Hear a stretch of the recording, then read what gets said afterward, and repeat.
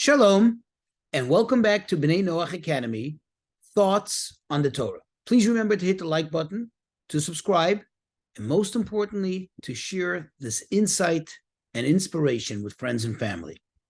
When you look in the book of Numbers, chapter 9, beginning with verse 15 and on, well, it describes how they traveled, how they traversed in the desert.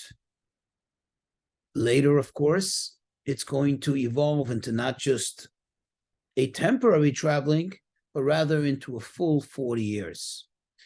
But it gives us here the general idea, perspective, as how this all happened.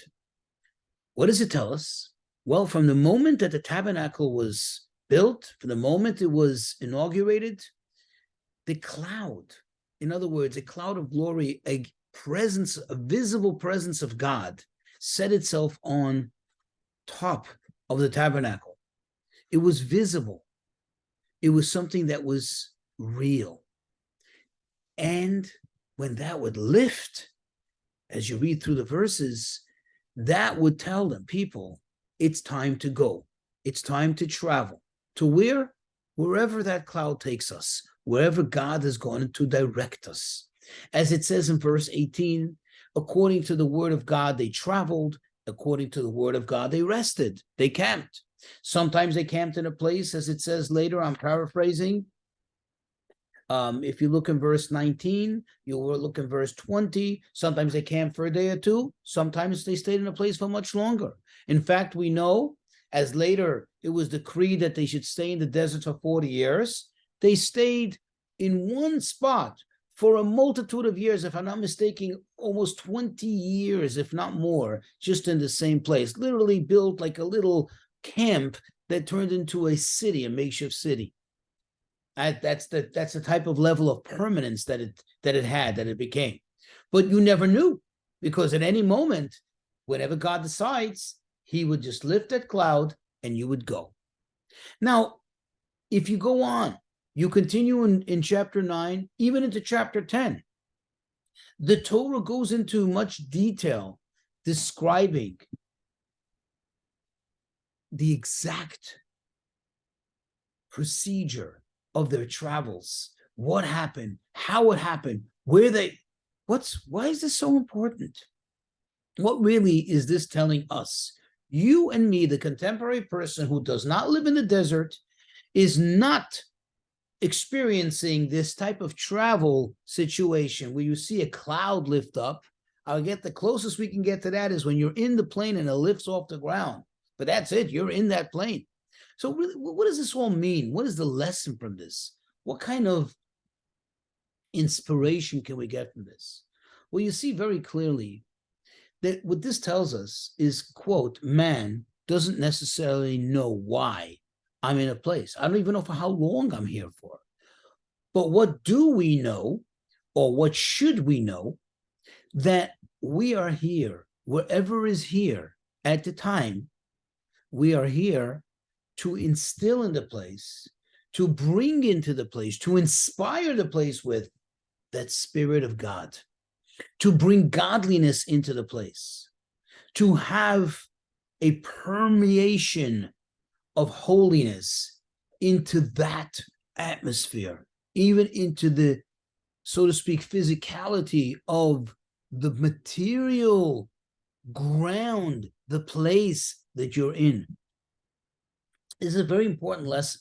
And it's obvious from the story that there were times when they were in a place and it's seemingly in a day or two they accomplished this goal.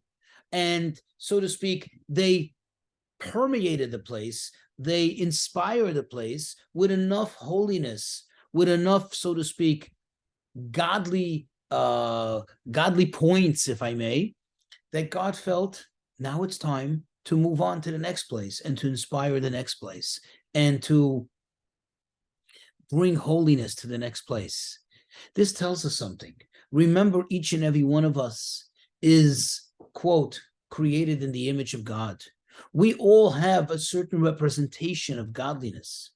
Certainly, when we behave in a godly manner, we channel that. we bring that into the environment that we're in. We bring that holiness, we bring that godliness. Not only when we are actively doing what's overtly a godly act, such as praying or studying Torah, but even when we're just going about our lives, if indeed our lives are consistent with the will of God, then everything we're doing and everything we do in that place does inspire the place, whether we see it or not. And I guess I can't tell you that I see it, but at least we should be aware of it. We should know it, that we bring godliness, we bring holiness into that place. And that's why sometimes we end up being in a place where we didn't expect to be, or sometimes we end up staying somewhere less than we expected to. Sometimes circumstances have it that we end up being somewhere in a place more than we expected to. I don't know, you miss your flight, plans didn't go exactly according to schedule, things got delayed, and you ask yourself, why am I here? Many times we won't find out the end result. God doesn't, give us a phone call or send us an email, so to speak, and tell us, hey, this is the reasons. This is what you accomplished here. But we should be very well aware of the fact that there is always a purpose. As we can see here, the Torah spends the time to detail to us how they traveled, when they traveled, what exactly happened, because everything that happens for a purpose. So wherever you are, try to generate and bring and inspire into the place godliness, holiness, through, of course, all the holy acts that you can, having good thoughts and doing acts of kindness, and even just doing what you need to do, but doing it in purity and doing it in holiness, consistent with, obviously, the way God would want it to be. That will make your stay in that place purposeful.